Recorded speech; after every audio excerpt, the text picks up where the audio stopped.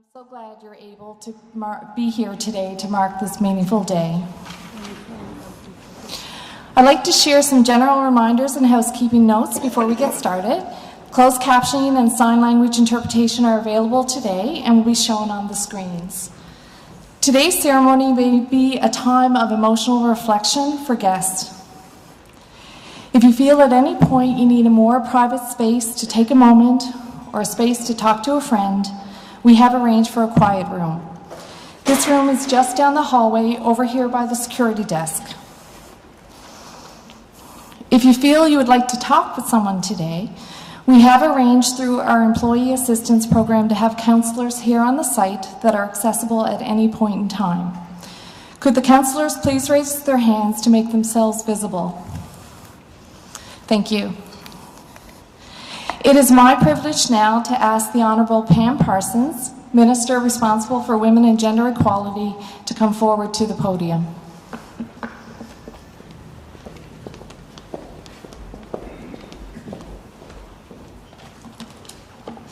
Thank you, Candace, and good morning, everyone. Certainly thank you for coming. We have a lovely showing here today. I'd like to say good morning to my honored colleagues, community partners, special guests. Certainly thank you for joining us for our Purple Ribbon ceremony. This campaign was created to raise awareness about gender-based violence in our community and to inspire action in violence prevention. To open our ceremony, I'd like to call on my friend, Elder Emma Relis. Elder Relis is a long-time dedicated community advocate for the prevention of gender-based violence in our province and Indigenous communities. And it certainly is an honor to have her here with us today to share an opening prayer. If we could give her a warm welcome.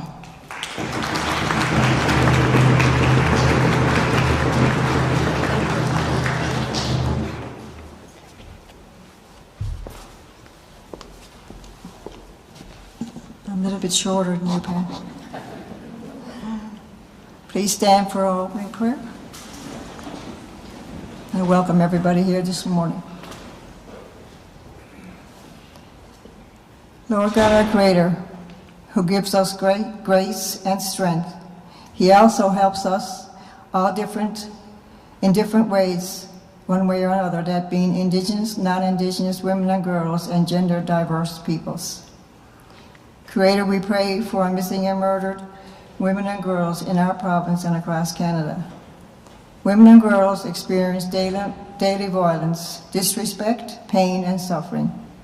Sometimes we make bad choices in our lives due to fear, and sometimes others make decisions that shape our lives over which we have no control, which sometimes becomes a tragedy. Creator, help those women and girls who are exploited and devalued and living in abusive relationships. Help remove them, give them strength and wisdom and guidance that will enhance their quality of life. Open doors of opportunities so that they can become true to themselves, to live the abundant life that you, Creator, has intended for them to live. We pray today for the murdered women and girls who have gone to the spirit world through no fault of their own. Creator, help heal the wounds of the families that are left behind to pick up the pieces to fight for justice for their loved ones, and that the future generation never have to face the same struggles and griefs that they had. Amen. Okay.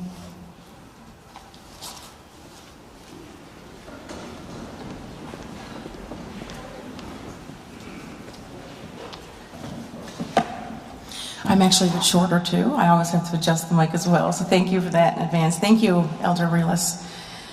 Our government is committed to reconciliation in our province, and we are grateful for your presence and your prayer, so thank you. Today we will raise the Purple Ribbon flag and sign a proclamation to mark the start of the Purple Ribbon campaign and the 16 days of activism against gender-based violence. Violence against women and girls and gender-diverse people has lasting negative impacts throughout our communities, our province, and our country. In Canada, women are overrepresented as victims of intimate partner violence, accounting for almost 8 in 10 victims. Indigenous women are over 3 times more likely to be a victim of a violent crime than a non-Indigenous woman.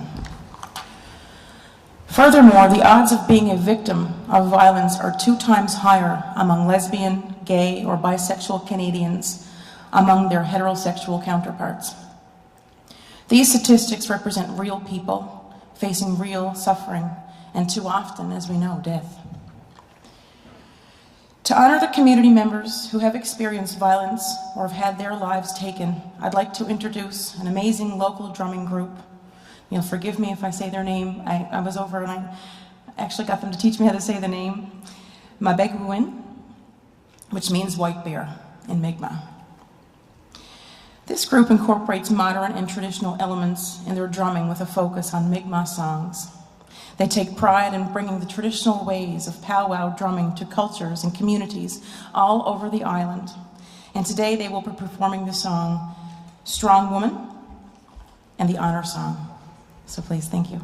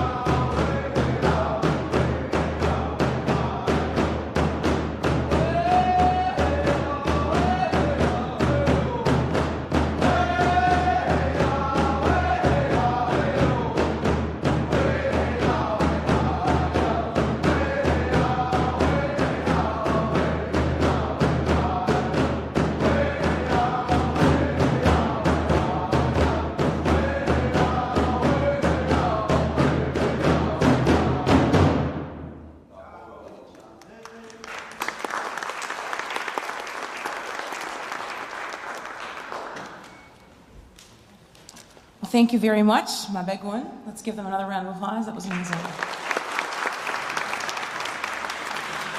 That was simply beautiful. And as we know, the drum truly is a grounding force, a heartbeat that reminds us all of the connectedness and our need to work together collaboratively to prevent gender-based violence against women, girls, and the 2S LGBTQIA+ individuals in our community and our beautiful province and country. I'd like now to invite Miss Debbie Hibbs to share remarks. Mrs. Hibbs and her husband Philip are the parents of Julianne Hibbs. Julianne and her fiancé Vince Dillon were murdered by Julianne's ex-partner in 2013. The Hibbs have turned their personal tragedy into a dedicated effort for the prevention of gender-based violence, and it certainly is an honor to have met Mrs. Hibbs during my time as minister, and I thank her for her continued advocacy work. Please come.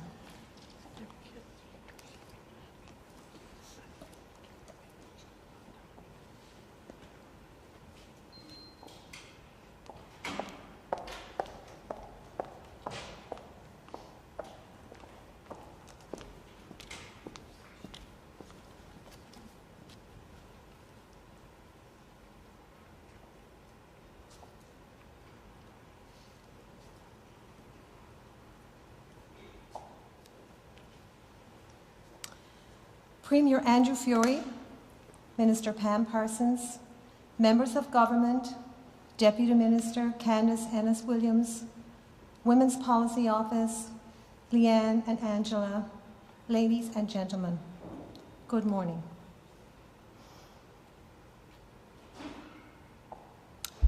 Thank you everyone for coming out today and supporting the Purple Ribbon flag raising ceremony, coinciding with the Purple Ribbon campaign. This is our 7th year.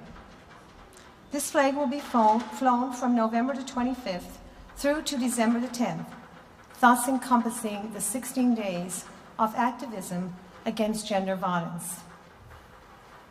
This flag is flown to create awareness of domestic, intimate partner relationship and gender violence, a symbol of hope, awareness, and action against a scourge that affects and destroys so many. Our hope is that this flag will always serve as a reminder of all the young girls, women, and men whose lives were taken from them. Also, to remind us that we cannot stop advocating for laws to change and the implementation of programs in our education system. Violence in our society affects us all. This is why events like the Purple Ribbon flag raising are such an important event. It heightens awareness, education. It is so important if we are to protect ourselves and support those affected by extreme violence. I would also like to mention that on November the 15th, 2022, we signed the proclamation for the Purple Ribbon flag raising in our hometown of Conception Bay South. This flag will be flown from November the 25th through till December the 10th. This will be the 2nd year. Also, the purple tree will be lighted. Both of these initiatives will fly for the 16 days of activism against domestic and gender violence. Our hope is that other provinces and eventually all over the world, this flag will be flown as a sign of awareness against domestic and gender violence to coincide with the Purple Ribbon campaign. My name is Debbie. For people who do not know me, we lost our daughter.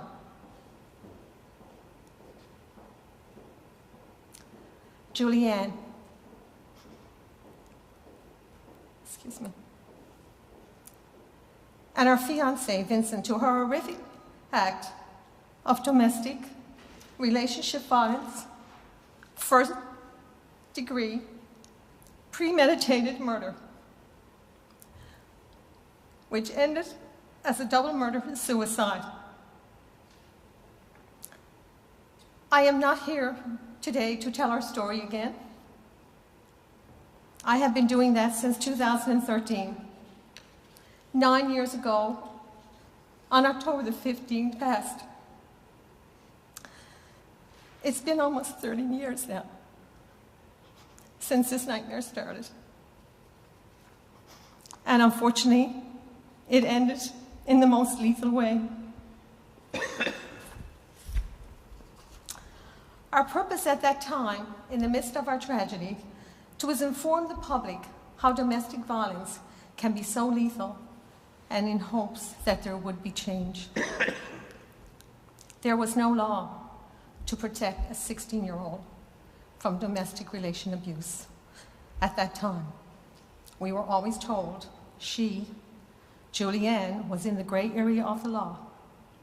As Julianne's parents, we couldn't even protect her. The abuser had all the rights. Isn't there something wrong with that law? Julianne was an honor roll student. But all that changed when he came into our daughter's life. He took her out of school, and he still had all the rights. There was no law there to protect her either. It was known he had guns, and still nobody could intervene. How could a person have all these restricted weapons and nobody could cross-check his firearms file on a computer and do something with all the information we were giving them about him controlling our daughter? It may have saved their lives. Julianne was only 16 years old.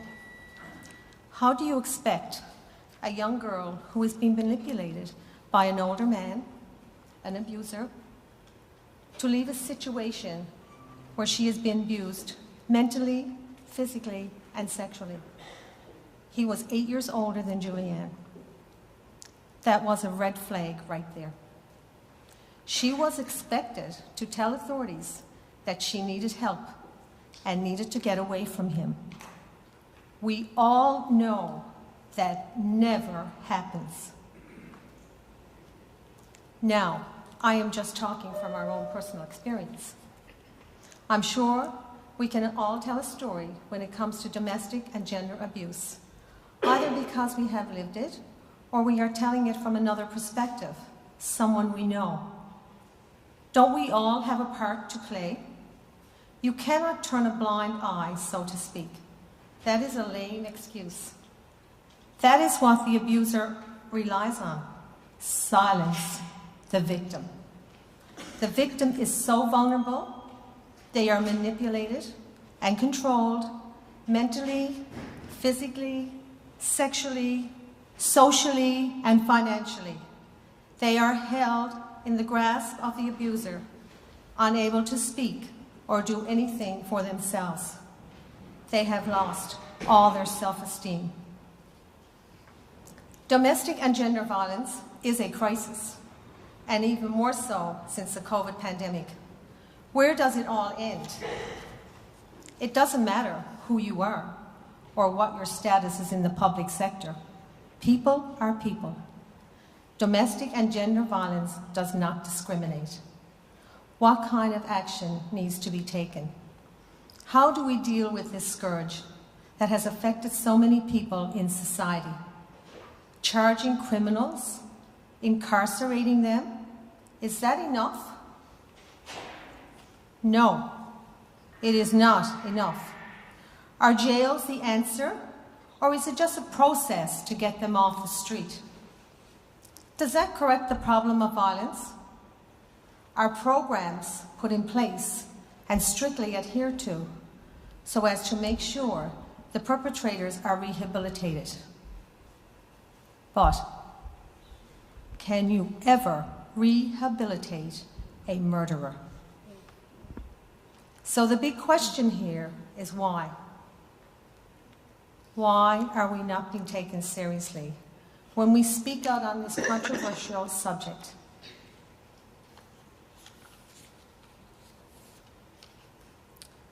We have all kinds of we have all kinds of awareness going on, but awareness is not enough. We need an action plan in place. We need the support of government and the judicial system to change laws and put programs in place to protect young girls, women and men against domestic and gender violence. In order to eradicate violence from society, certain things have to change. And from our experience, these perspectives are essential. Number one, clarity on the age of consent. Julianne was considered in the grey area of the law. What exactly does that really mean? Number two, education. It is so important to have programs in place to teach our children at a very young age, from home to daycare, then right up to graduation and beyond. They need to learn about the importance of kindness, the ramifications of bullying, and healthy and unhealthy relationships, and yes, the dark side of social media. Number three, gun control. Semi-automatic handguns and assault rifles. Our daughter Julianne and her fiancé Vincent were both murdered with a restricted and now prohibited handgun. In March 2019, my husband Phil and myself were contacted by Senator Marilu McFedrin, independent senator from Manitoba, Algonquin Territory. It was in hopes we would be able to speak before the committee as a witness for the Atlantic region on Bill C-71, gun control. Excuse me. Voices from the region being heard by the committee, the opponents of gun control, and they seem to be very well received by the senators from the Atlantic region, who sit on the committee and are all gun owners and hunters. We were asked to submit a letter to the clerk of the committee as a witness from the Atlantic region, which we did. But unfortunately, there were too many opponents against Bill C-71 for it to pass. However, now with the new gun law, Bill C-21, that has been introduced, well, this is a positive change to the gun control issue, but this law needs to be taken further. Another positive change. The Department of Justice and Public Safety issued a request for proposals for electronic monitoring devices for offenders. This implementation of ankle bracelets with GPS technology to enhance the supervision of offenders when in the community was implemented as a pilot program in St. John's and surrounding area, as well as in Labrador 13-2020. This program is administered by Corrections and Community Services, Adult Probation, and made available to offenders, subject to conditional sentence and/or probation if the optimal condition submit to electronic monitoring is deemed necessary or appropriate by your supervisor is on their court order. Electronic monitoring is an effective tool for enforcing curfew conditions. No contact conditions, especially in cases of intimate partner violence, and conditions for offenders to remain away from specific businesses and establishments were applicable. Adult probation officers were also able to use the EM system to verify approved absences from the home, for example, to attend medical, pharmacy appointments, and counseling sessions. I just learned that this program was on the go some years earlier, but was cancelled back in 2013. This may have worked for us, and I wouldn't be here in front of you today. Number 4, emergency protection orders need to be revised and strengthened.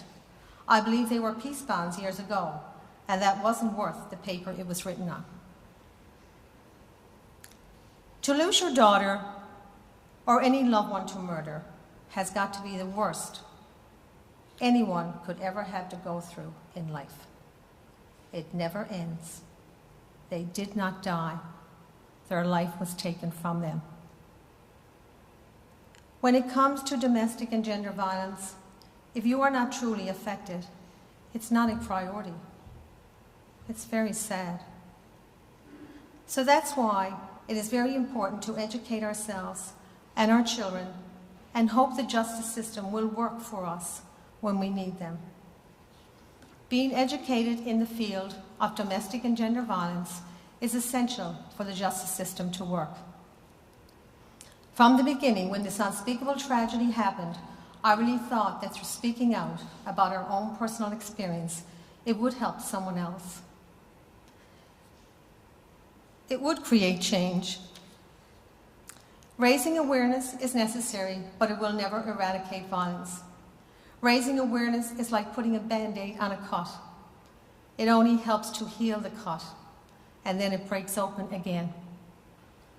We, the people, can only raise awareness. We cannot change laws and implement programs in the education system. I strongly urge the government and the judicial system to address the problem of domestic and gender violence more seriously, as it has become a crisis now, more so than ever before. It's time to act, not always leave it to the back burner, thinking it's going to go away. Nobody wants to face what our family and other families like us have gone through and are still going through. You cannot imagine what murder does to a family. That is why I speak out, so change will happen. They say there is a time and a place for everything. Well, the time has passed, and now we need the government and the judicial system to act. We know the young girls, women and men will not come forward. They are too afraid.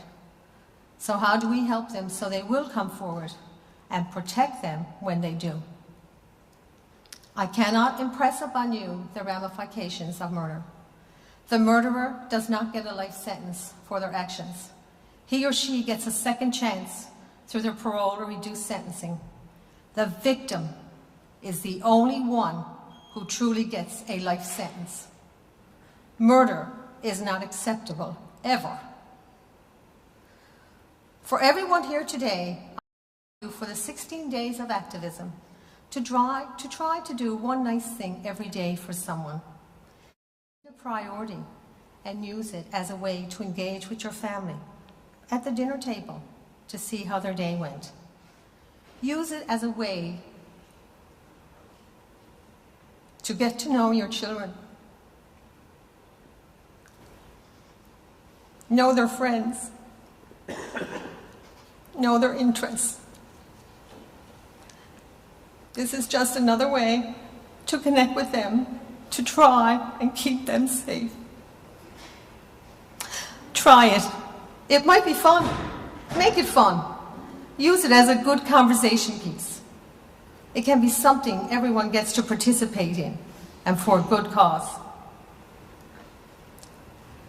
Just one more thing I would like for you to know about there is a course called Empowering Them. E-course put out by the St. John's Women's Centre. It is an informed, accessible course on gender-based violence. This course will empower everyone, and it's free. And I encourage everyone to enroll. And if I could just say this one thing. I heard Michelle Green, Executive Director from Iris Kirby House last night on the news, and on Paddy Daly again this morning. They're turning away people. They are running at maximum capacity. She says they have taken in 108 people at its facility in St. John's and 81 at its facility in Carbonear since April the 1st. But now they are forced to turn away 267 others. As Michelle says, it's a banner year for trauma and turnaways.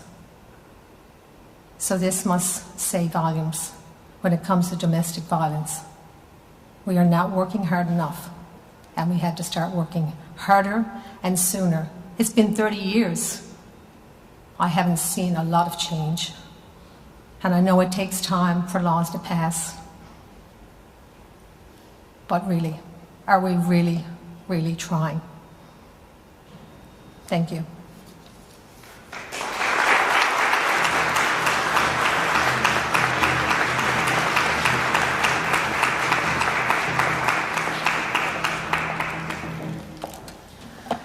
Thank you, Mrs. Hibbs, and you're certainly not wrong in anything that you've said, but I want to thank you, of course, on behalf of our government and everyone for sharing your experience and having the courage and the dedication, you and your entire family, to continue creating this awareness and ultimately fighting for change. We often hear there are too many people. I know Courtney Lake, the Lake family, the work that you've done and that you continue to do. Anne Marie Sharon, a story that I covered as a journalist. Quinn Butt. So, too much. So at this time, I'd like to ask everyone to stand who have lost their lives and who have been impacted by gender-based violence.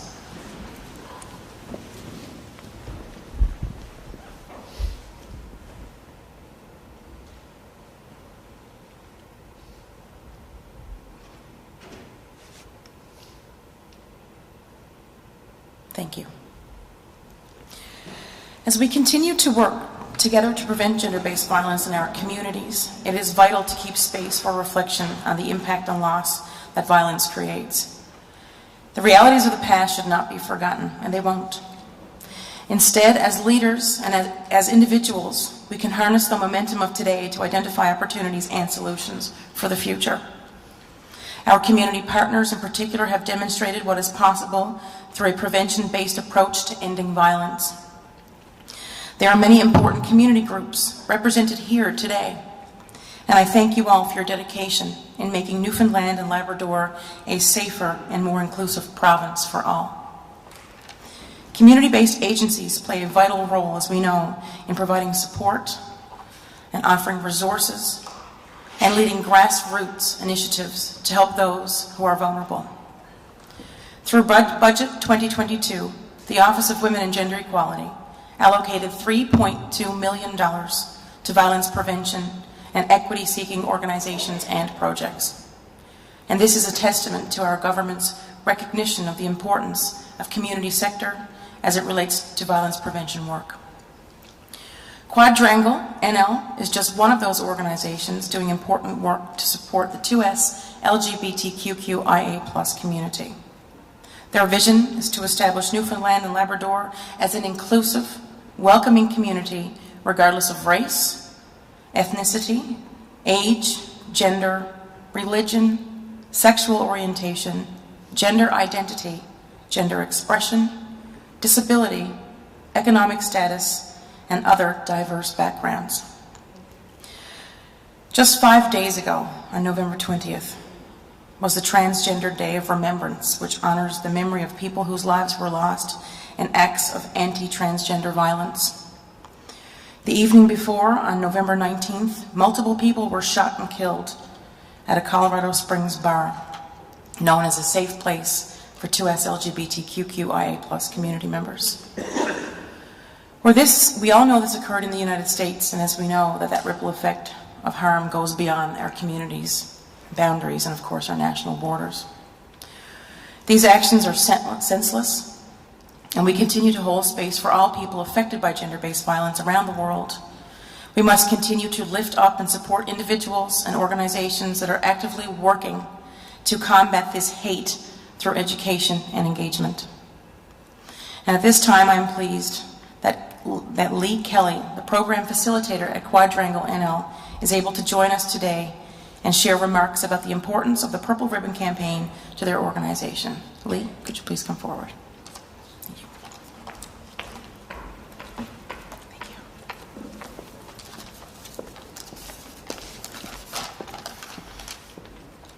Hello, everyone.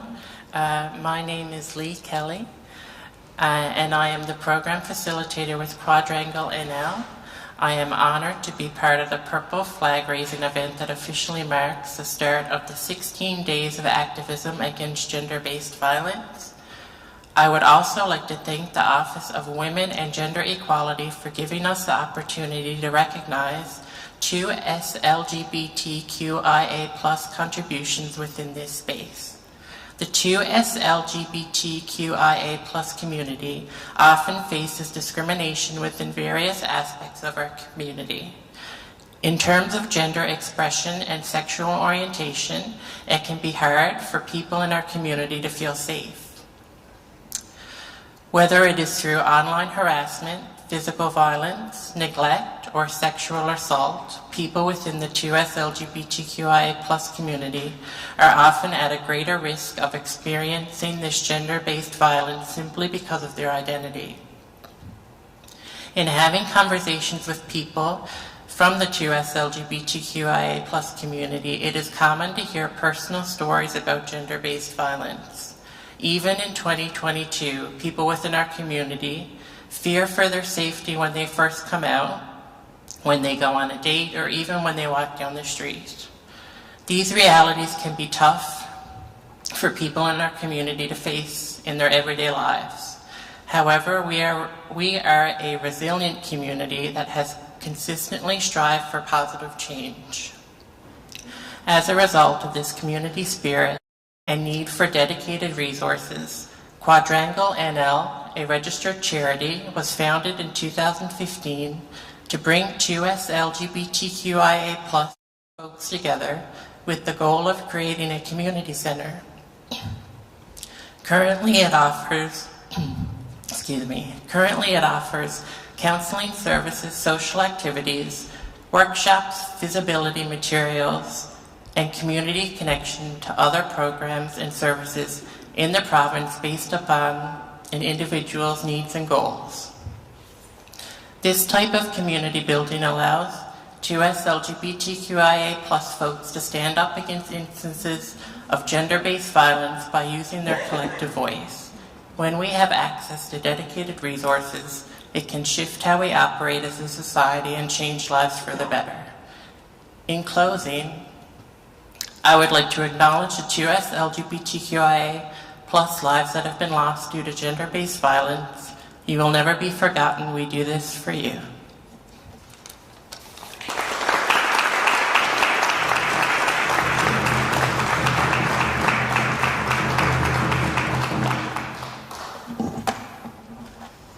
Thank you, Ms. Kelly.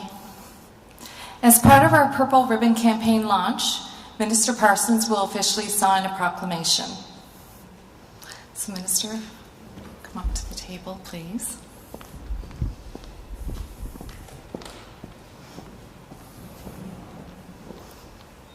So I'll read the proclamation. Whereas the Government of Newfoundland and Labrador's violence prevention work is based on a vision that the people of our province will live in safe, caring communities where there is an inherent respect for each other and violence of any sort is unacceptable. And whereas the provincial Purple Ribbon campaign runs annually from November 25th, the International Day for the Elimination of Violence Against Women, through December 6th, the National Day of Remembrance and Action on Violence Against Women, and ending December 10th, encompassing the 16 days of activism against gender-based violence.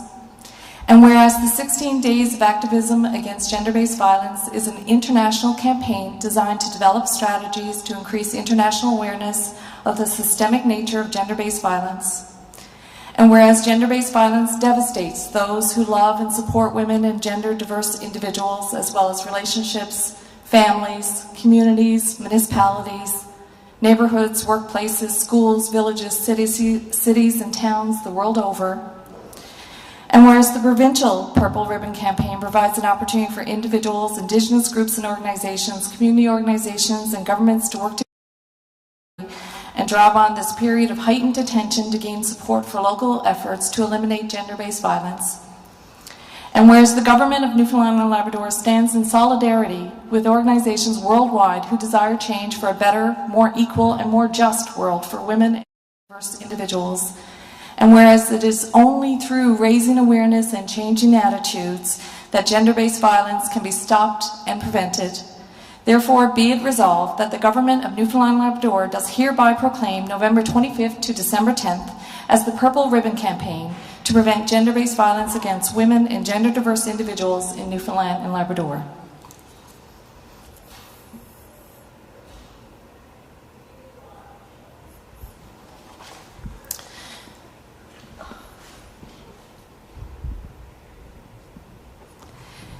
It's time now to raise the Purple Ribbon flag to raise awareness of gender-based violence, and I would ask Mr. and Mrs. Hibbs and Ms. Kelly to join Minister Parsons to raise the Purple Ribbon flag, please.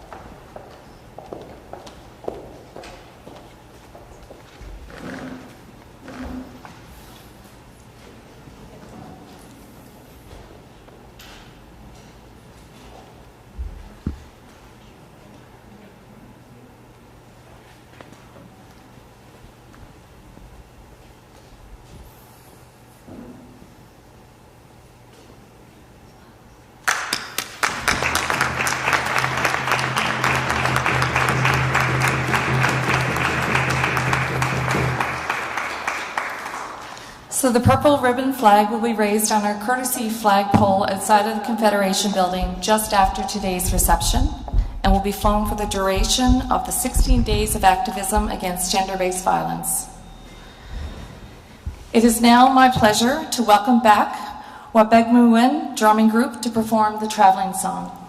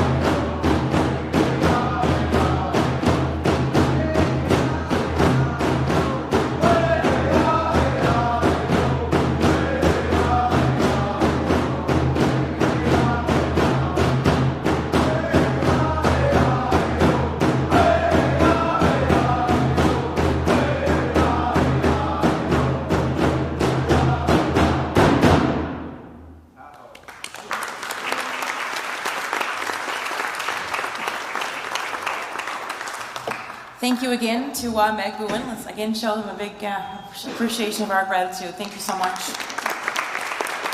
Beautiful art. Thank you. We all share the conviction that change is needed in our province, and together we need to ensure that our family members, our friends, our colleagues never have to experience violence and suffering because of their gender, their sexual orientation, their identity, or their culture. This work is necessary, and it's happening each day throughout government. Just 2 weeks ago, Newfoundland and Labrador, along with all Canadian provinces, territories, and the federal government signed on to a national action plan to end gender-based violence.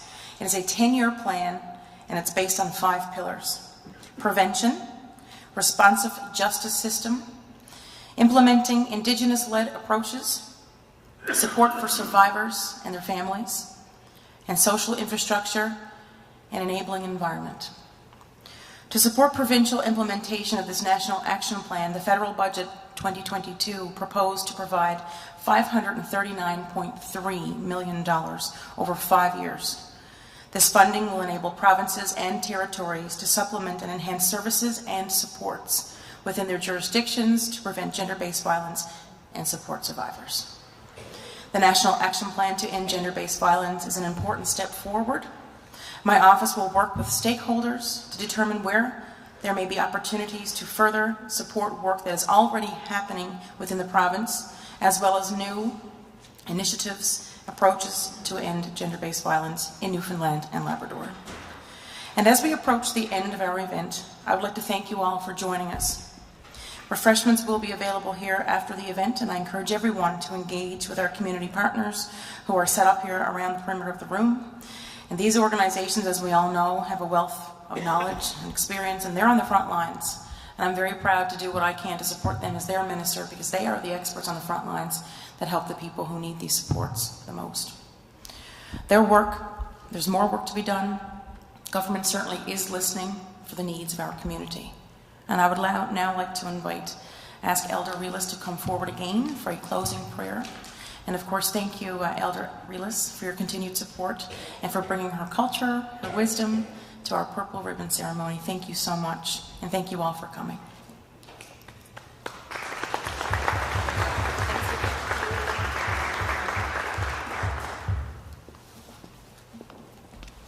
Thank you, and you're welcome. I'm honored to do this. Will you please stand for a closing prayer?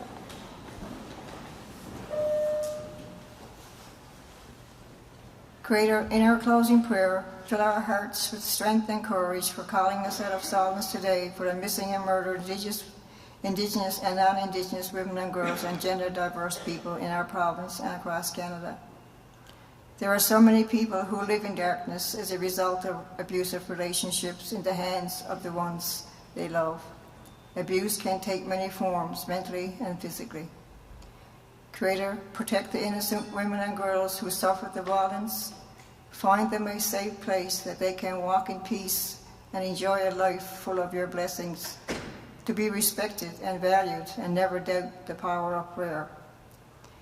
As a residential school survivor and a domestic survivor of abuse, I pray for justice. Pray for justice. There has to be respect, compassion, and dignity for the human life.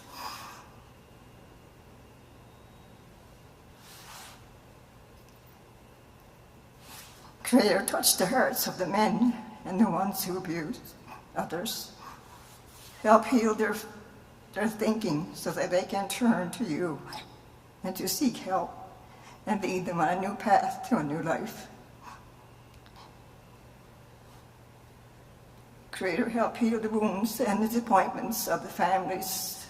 Make them strong to carry on the fight for justice for their loved ones who did nothing wrong. Amen. Sorry, but I didn't mean to cry, but being a survivor of this domestic abuse in residential school, and I know your feeling. I know the feeling of everybody that lost someone that they love. Life is short, so we have to be kind and respectful to all people, no matter who you are or where you come from. We're all human, and the Creator would love for us all to live in unity and prayer. Thank you.